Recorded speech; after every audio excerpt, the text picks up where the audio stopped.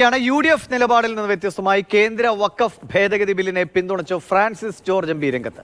വഖഫ് ഭേദഗതി ബില്ലിനെ പാർലമെന്റിൽ അനുകൂലിക്കുമെന്നാണ് ഫ്രാൻസിസ് ജോർജ് നിലപാട് വ്യക്തമാക്കുന്നത്. ബിൽ അവതരണത്തിൽ നിന്ന് കേന്ദ്ര സർക്കാർ പിന്നോട്ട് പോകരുത് എന്നും എം.പി. ആവശ്യപ്പെടുന്നു. 75 വർഷമായി ജനാധിപത്യം നിലനിൽക്കുന്ന ഒരു രാജ്യത്ത് അങ്ങനൊരു നിയമം പാടില്ല. അത് മാറ്റണമെന്ന് തന്നെയാണ് നമ്മുടെ വ്യക്തമായിട്ടുള്ള അഭിപ്രായം. അതിനകത്ത് ഒരു മാറ്റവും വരില്ല. പാർലമെന്റിൽ കൃത്യമായി കാര്യം പറഞ്ഞിരിക്കും. ഒരു മാറ്റവും അതിനകത്തുണ്ടാവില്ല. അതിനോട് 100% ഒരു ജനപ്രതിനിധി എന്നുള്ള നിലയിൽ, അതുപോലെ തന്നെ ഒരു രാഷ്ട്രീയ പാർട്ടിയുടെ പ്രതിനിധി എന്നുള്ള നിലയിൽ ഞാൻ യോജിക്കുന്നു.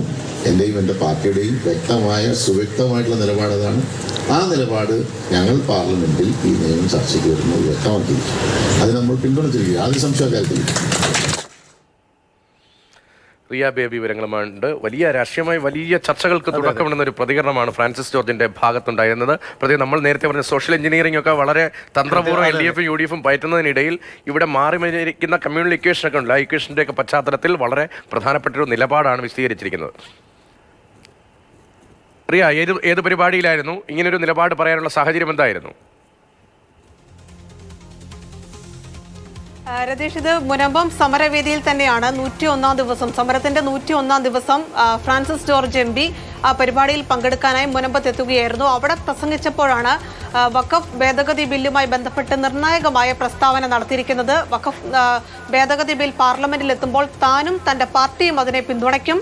ഇത് തന്റെ മാത്രമല്ല, തന്റെ പാർട്ടിയുടെ കേരള കോൺഗ്രസ് ജോസഫ് വിഭാഗത്തിന്റെ നിലപാട് കൂടിയാണ് എന്ന ആ സമരവേദിയിൽ ഫ്രാൻസിസ് ജോർജ് പ്രഖ്യാപിക്കുകയായിരുന്നു. നേരത്തെ പല കോൺഗ്രസ് നേതാക്കളും മുനമ്പം സമരവേദിയിൽ എത്തിയിട്ടുണ്ടെങ്കിലും ഈ വഖഫ് ഭേദഗതി ബില്ലുമായി ബന്ധപ്പെട്ട് ഇത്തരം ഒരു പ്രസ്താവന അവരുടെ ഭാഗത്തുനിന്ന് വന്നിട്ടില്ല. മാത്രമല്ല, ഇത് ഇന്ത്യ മുന്നണി അടക്കം ഈ വഖഫ് ഭേദഗതി ബിൽ അത് ഭരണഘടനാ വിരുദ്ധമാണ്, ന്യൂനപക്ഷ വിരുദ്ധമാണ് തുടങ്ങി നിരവധി കാരണങ്ങൾ മുൻനിർത്തിയ ബില്ലിനെ എതിർക്കുന്ന ഒരു സാഹചര്യത്തിലാണ് അതിൽ നിന്ന് വ്യത്യസ്തമായ ഒരു നിലപാട് സ്വീകരിക്കുകയും അത് മുനമ്പം സമരവേദിയിൽ കൃത്യമായി പ്രഖ്യാപിക്കുകയും ചെയ്തിരിക്കുന്നത്.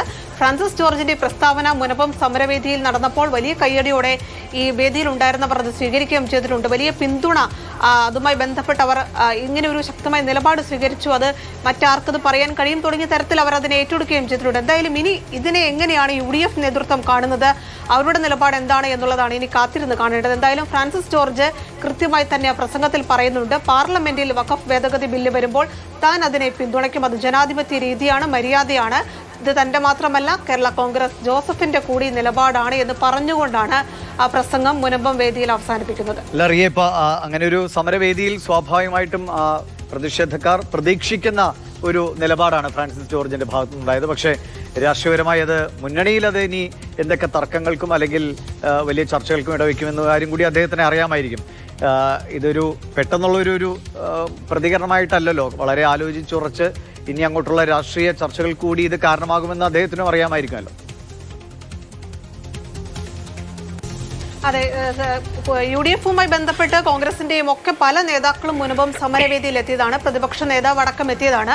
മുനമ്പം സമരവുമായി ബന്ധപ്പെട്ട് അവരുടെ നിലപാട് വ്യക്തമാക്കിയതാണ്. മുനമ്പം ഭൂമിയെ കേന്ദ്രീകരിച്ചുള്ള പ്രസ്താവനകളാണ് അവിടെ എത്തിയ കോൺഗ്രസ് നേതാക്കൾ ഇതുവരെ നടത്തിയിട്ടുള്ളത്. അത് മുനമ്പം ഭൂമി അത് അവിടെ ജനങ്ങൾക്ക് അവകാശപ്പെട്ടതാണ് എന്നുള്ളതാണ്, വഖഫിൻ്റെതല്ല, അത് ജനങ്ങൾക്ക് അവകാശപ്പെട്ടതാണ് എന്ന തരത്തിലുള്ള പ്രസ്താവനകളാണ് നാളിതുവരെ അവിടെ എത്തിയ കോൺഗ്രസിന്റെ നേതാക്കളുടെ ഭാഗത്തു നിന്ന് വന്നത്. പക്ഷേ ഇത് അതിൽ നിന്ന് വ്യത്യസ്തമാണ്. അദ്ദേഹത്തിന്റെ സംസാരം ഏതാണ്ട് 20 മിനിറ്റോളം നീണ്ടു നിൽക്കുന്നതാണ്. അതിന്റെ തുടക്കത്തിൽ മുനമ്പം ഭൂമിയെക്കുറിച്ച് പറയുന്നുണ്ട്, പിന്നീട് വഖഫ് ഭേദഗതി ബില്ലിലേക്ക് അദ്ദേഹം എത്തുന്നു. വളരെ ആലോചിച്ച് വിശദമായി തന്നെ ആ പ്രസ്താവനയെ വിശദീകരിക്കുന്ന, സാധൂകരിക്കുന്ന തുടർ പ്രതികരണങ്ങളും അതിനോട് ചേർന്ന് തന്നെ ബാക്കി ഭാഗത്ത് അദ്ദേഹം പറയുന്നുണ്ട്. അതുകൊണ്ട് തന്നെ അതൊരു കയ്യടി നേടാനുള്ള ഒരു പ്രസ്താവന എന്നതിനപ്പുറം ഒരു നിലപാടായി തന്നെ അവിടെ പ്രഖ്യാപിച്ചുകൊണ്ട് ഫ്രാൻസിസ് ജോർജ് മടങ്ങുകയാണ്. അതുകൊണ്ട് തന്നെ അത് വാവിട്ടുപോയൊരു പ്രസ്താവന എന്ന രീതിയിൽ അതിനെ കണക്കാക്കാൻ കഴിയില്ല. കൃത്യമായൊരു നിലപാട് എന്ന രീതിയിൽ തന്നെ അത് പറഞ്ഞു വെക്കുകയും അതിനോട് ചേർന്ന് എന്തുകൊണ്ടാണ് താൻ ആ നിലപാടെടുക്കുന്നത് എന്ന കാര്യത്തിൽ അടുത്തൊരു വരി കൂടി പറഞ്ഞു